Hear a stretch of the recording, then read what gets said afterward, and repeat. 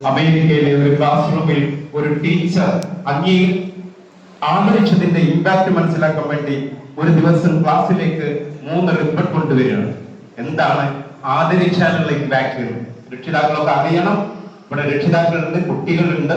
എനിക്ക് 11:15 എന്റെ event response and outcome എന്താണെന്ന് പതിയെ വിശദീകരിക്കാം. അമേരിക്കയിലെ ക്ലാസ് റൂമിൽ ആദരിക്കുന്നതിന്റെ ഇമ്പാക്ട് മനസ്സിലാക്കാൻ വേണ്ടി ഒരു ദിവസം ഒരു ക്ലാസ്സിലേക്ക് ടീച്ചർ 3 ഗോൾഡ് മെഡൽ റിബണുമായിട്ടാണ് വരുന്നത്. വളരെ ചുരുക്കി പറയാം.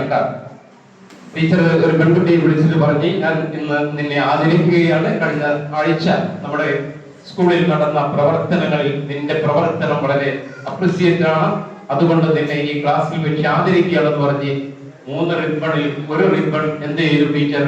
എന്താ ചെയ്യാ? നിങ്ങൾ കൂടി സംസാരിക്കണം, എന്നാലേ എന്റെ ക്ലാസ് ആണ് മുന്നോട്ട് പോകുള്ളൂ. എന്താ ചെയ്തത്? ആ കുട്ടിയെ ആദരിച്ചു. എന്നിട്ട് ആ കുട്ടിക്ക് 2 റിബൺ കൂടി കൊടുത്തിട്ട് പറഞ്ഞ്, നീ ഒരാളെയും കൂടി ആദരിക്കണം, ആ ആൾ വേറൊരാളെയും കൂടി ആദരിക്കണം എന്നാണ് ടീച്ചർ കുട്ടിക്ക് കൊടുത്ത അസൈൻമെന്റ്. കുട്ടി ആദരിച്ചു, കുട്ടിക്ക് സന്തോഷമായി, ഹാപ്പി അല്ലേ? അല്ലേ? ഇപ്പൊ ഇവിടെ 3 സെഷൻ നടക്കുന്നുണ്ട് അല്ലേ? അതിൽ ഏറ്റവും കൂടുതൽ നിങ്ങളെ സന്തോഷിപ്പിക്കുന്നത് എന്തായിരിക്കും? ഇവിടെ വന്ന് മെഡൽ വാങ്ങി ഫേസ്ബുക്കിലും ഇൻസ്റ്റയിലും ഒക്കെ പോസ്റ്റ് ചെയ്യുന്നതിലാണ് നമ്മുടെ ഹാപ്പി. അല്ലാതെ ഞാൻ ഇവിടെ വന്നിട്ട് എന്തൊക്കെ പറഞ്ഞു വിചാരിച്ചാൽ നിങ്ങൾക്ക് ഹാപ്പി ഉണ്ടാക്കാൻ കഴിയില്ല. ഞാൻ ഹാപ്പിയാണ്. ഇന്ന് വരെ പറയുകയാണ് രാത്രി 12 മണി വരെ കരിയർ ഗൈഡ് എടുത്തെടുക്കണം എന്ന് പറഞ്ഞാൽ I am okay, I am passionate. Understand? 11 ഇപ്പൊ അവസാനിപ്പിക്കണം എന്ന് പറഞ്ഞാൽ അവസാനിപ്പിക്കാൻ ഐ ആം വെരി ഹാപ്പി. അപ്പൊ ഹാപ്പി എന്ന് പറയുന്നത് ഇന്നലെ സ്റ്റാറ്റിസ്റ്റിക് ഒരാളിങ്ങനെ ഹാപ്പി കുപ്പി എഴുതുന്ന നടക്കുന്നത്. അപ്പൊ വേറെ ആൾ എഴുതുന്നുണ്ട്, അവിടെ ഞാൻ ഇതാ അന്വേഷിച്ച് നടക്കുന്നത്, ഇത് എവിടുത്തെ കിട്ടി.